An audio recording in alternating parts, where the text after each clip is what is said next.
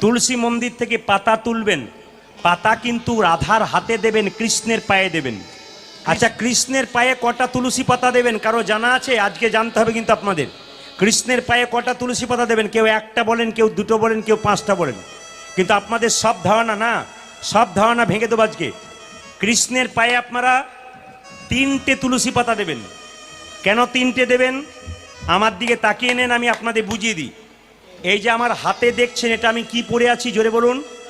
রাখি। রাখি যেটাকে বলা হয় রক্ষা সূত্র, এটাকে রক্ষা সুতো বলা হয়। এই রক্ষা সূত্রটা ভাই বোনকে পরায়, বোন ভাইকে পরায়, দিদি ভাইকে পরায়, আবার দাদা বোনকে পরায়, আবার বন্ধু বন্ধুকে পরায়। একটা একটা করে জানবেন।